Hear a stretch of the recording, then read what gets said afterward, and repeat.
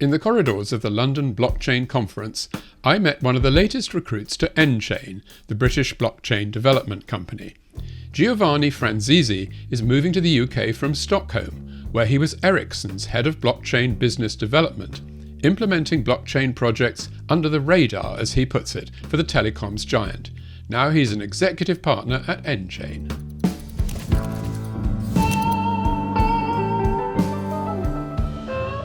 You're listening to CoinGeek Conversations with Charles Miller. So, Giovanni, you've just joined nChain literally a few days ago in a senior position. Can you tell me what you're going to be doing there? Well, kind of continuation of my journey, of my blockchain journey, starting in Ericsson years ago. And now in nChain, taking care of extending nChain to a consultant service company. Right. So, yeah, you mentioned Ericsson. You were at Ericsson for almost 20 years. Yes. And so this is a big change. You're moving to London from Stockholm.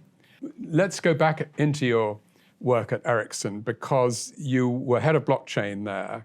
Yes. And you've been following blockchain for a long time then, I guess.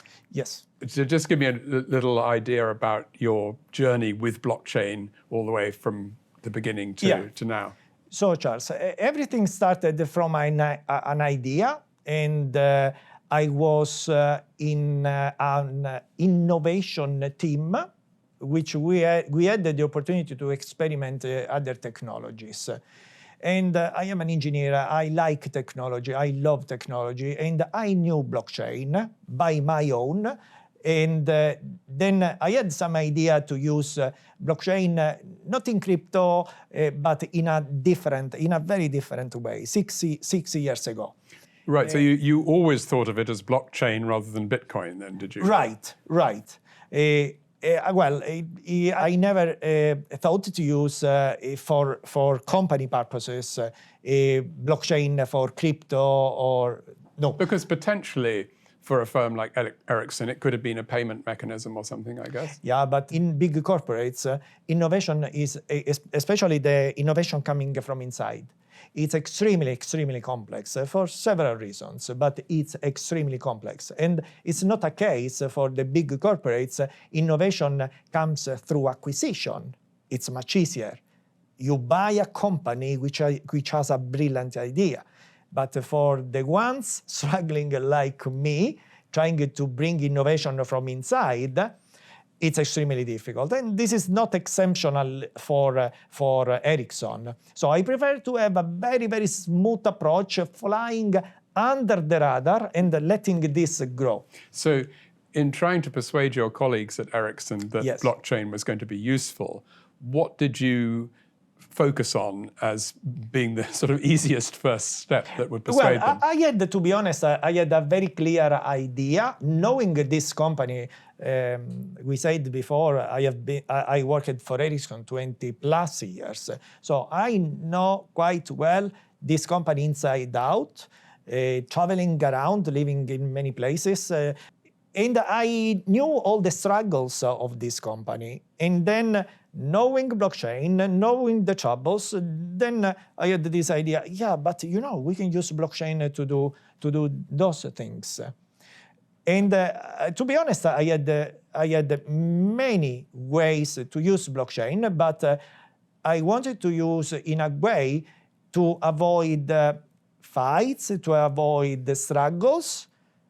As I said before, really flying under the radar, and then step by step, like Lego bricks buildings. So the first one, the second, and then it was a good building. At the end, to make this long story short, I started 6 years ago just with an idea, which between us, I was discouraged to continue.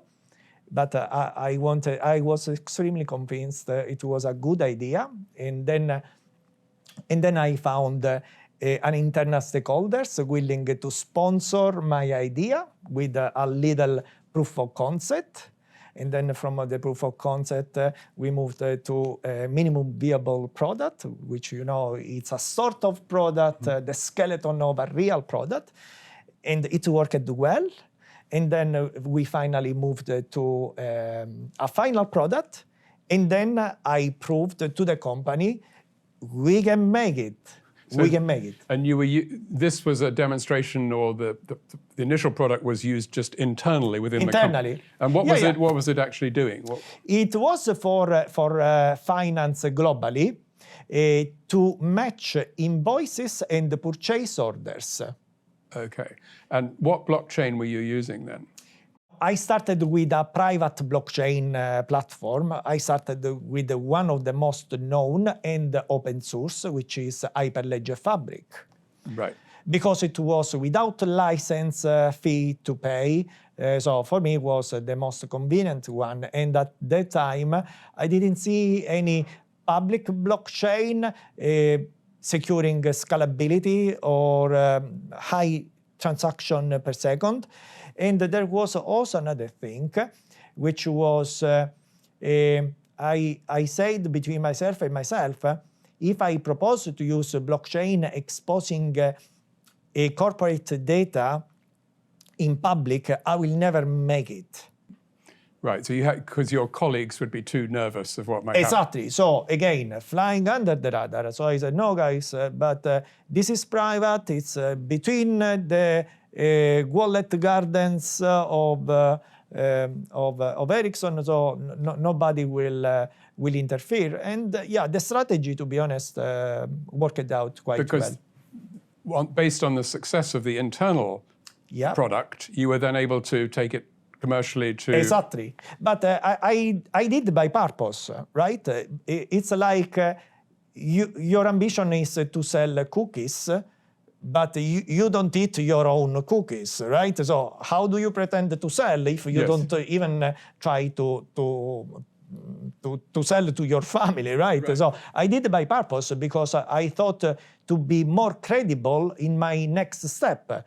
In fact, when I build up products to propose to the market, I went there with a credible story because I had already a platform using for internal stuff. So I said, you are not the first. I am not using you as an experiment, dear customer. We tried, it works, and now we want to share this experience with you. So it was for a credibility stuff. The expression I've always heard is, you should always eat your own dog food. So eat your own cookies is much nicer. Okay, but so next time I will stick better with your way. And so this product is now out there, available from Ericsson to its customers. Is that how? Right. Is that a big product now? Yeah, well, it's a big product. It's very successful, and we have a very vast adoption. At the very beginning, nobody wanted it. Because, I mean, it's not a secret, blockchain is still a little bit controversial, especially when we have such scandals like FTX, and everybody doesn't want to associate the name of the company with the blockchain. It's not good for the market, and the price of the shares go like this, right? So at the beginning, we had even resistance for the market because it was a blockchain solution. But after a while, since the benefits were so evident, then they gave up to the point, and this was my main reward at the end, to the point we deployed the solution already to several customers, but not making any big announcement. They didn't want to do that. They said, okay, we will use it, but no press release. But then they realized the value of the solution. They realized, and then they had the fights between our customers, who is the first saying, in the official press release, saying, no, I am the first using blockchain for Ericsson. Right. It was extremely rewarding to see all those emails circulating saying, no, but we were the first, no, but we were the first. So that was my reward at the end. But was this a new kind of business for Ericsson to be in? The solution I am talking about is called Ericsson Customer Acceptance, and it's an implementation of a business process, but the core business of Ericsson is not blockchain. No. The core business of Ericsson is still to sell network equipment. I see, right, yeah. Right. So let's move on to the more recent past then. How did you get involved with nChain? Well, as we said, I am in this industry already since 6 years, more or less. So I knew those guys from nChain. We connected in the past in several events, blockchain related, of course, and then talking and. I wanted to really involve myself in the blockchain industry rather than being a niche in a telco industry. Yeah. And also I suffered a lot my desire to go faster, to do the things with the pace I want. And in Ericsson, like in the big corporates, you need to struggle a lot. I mean, those big corporates, they move very slow. They move very slow. So I wanted to go faster. I want to be involved in blockchain industry, and then nChain was an easy choice to some extent because it has a great platform. It fits with my idea and the vision that I had already in the past when I started with Ericsson to move to public sooner or later. And how much did you, before you really got serious about moving to nChain, how aware were you of Bitcoin SV and Dr. Craig Wright and all that? I was fully aware since years. And were you always sympathetic to the idea of Bitcoin SV and thinking, well, actually, yes, what they say is right? Yes, in the sense, you see, in the public blockchain arena, the announcement, a big announcement we had a few years back was the move of Ethereum to the proof of stake, moving the capacity of the speed of the network from 7 transactions per second to double, more or less, or even a little bit more, 20 transactions per second. Yeah, but then when you see BSV, Bitcoin SV, 50,000 transactions per second, then you understand. You are comparing a big Ferrari with a little bike. So Giovanni, I'm guessing that your experience within the corporate environment at Ericsson of getting blockchain accepted by people who really don't know much about it is going to be incredibly useful now that you're in nChain to approach other big corporations and say, well, look, I've already done this, let me tell you how to do it. Is that? Yeah. I just finished my speech here in this event, right? And the message I try to deliver is exactly what you said. I have a full experience on moving a big corporate giant to blockchain. I did by using a private blockchain, so I know inside out how it works, and there is a better way to do it now. I don't regret what I did and the decisions I took 6 years ago when I decided to embrace blockchain and using private. But my message to the audience today was, if you have to start now, then don't do in the way I did.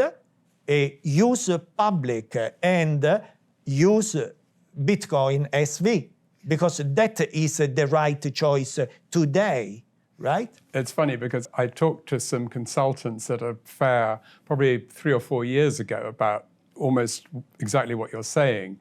And they said, oh yeah, well, the private blockchain, that's basically the gateway drug to the public blockchain. And we need to get people exactly as you say, that's an easier one to get them used to, Yes. and then you move to the public. But as you say now, do you think that argument will work, and they'll say, well, no, I think we'll just take the more cautious route? No, it works, Charles, and actually, this is what I also showed to the participants of my session. There is a clear pattern that we see of companies already adopting, in the same way I did, private blockchain, swapping to public. Right, so this is a it's clear not just pattern. Ericsson, you'll be able to say all these other companies also and did. for instance, one from nChain with trade window. Trade window used Hyperledger Fabric, private blockchain platform, and they closed a deal with nChain to move to BSV. And like this, many others. And today I had a chat with, there is an IBM representative in the event, and I shared my idea, private versus public. And IBM is one historically believing, because they were the builders of Hyperledger Fabric, we shouldn't forget, they were very pushing on private. But now, she said, and she's an IBM representative, she said, no, we are also moving to public. So hearing that from people which pushed private blockchain with the big energy in the past moving to public, this confirms what I keep saying recently.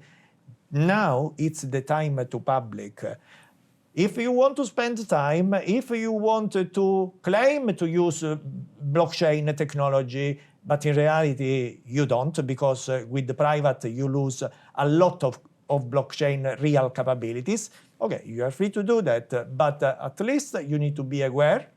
It's costly, it's not real blockchain, it's most of the time also centralized, right?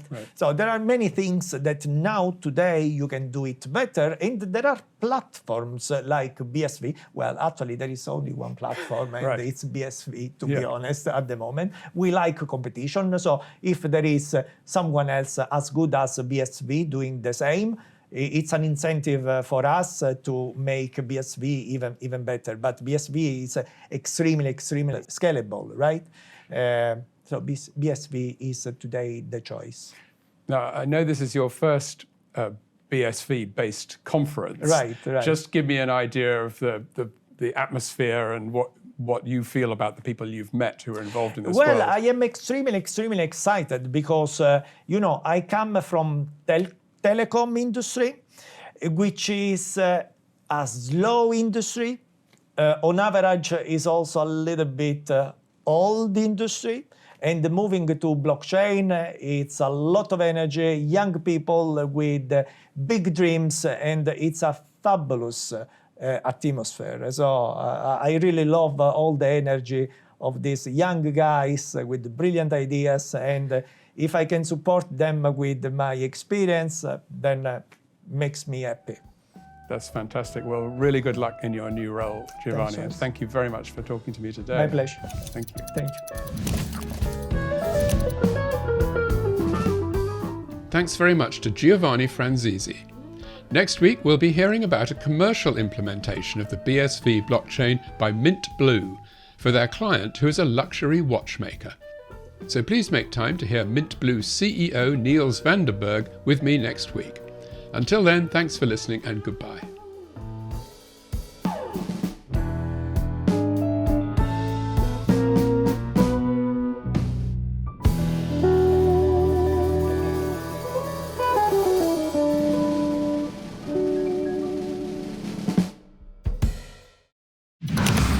Hey everybody, I'm Kurt Wooker Jr. Join us live on Tuesdays at 2 p.m. Eastern Standard Time, where you can ask me questions, comments, blessings, cursings, grapes, or gropes. You can catch us live across CoinGeek's YouTube, Facebook, Twitter, LinkedIn, and probably a whole bunch of other places too.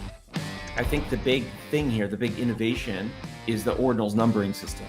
So utility is driven by this whole idea of springboarding us in terms of innovation by using micropayments and unlocking all these different new ways of doing things.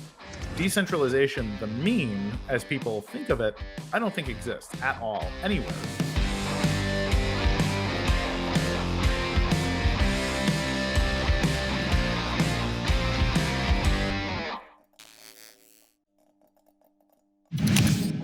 Bitcoin mining, Bitcoin wallet, blockchain, stablecoins, MetaNet, the evolution of money. Everybody is talking about Bitcoin today, but what exactly is it? Learn the basics from experts. Learn what Bitcoin is, how it works, and why it matters. Bitcoin 101, your ultimate guide to the fundamentals of blockchain.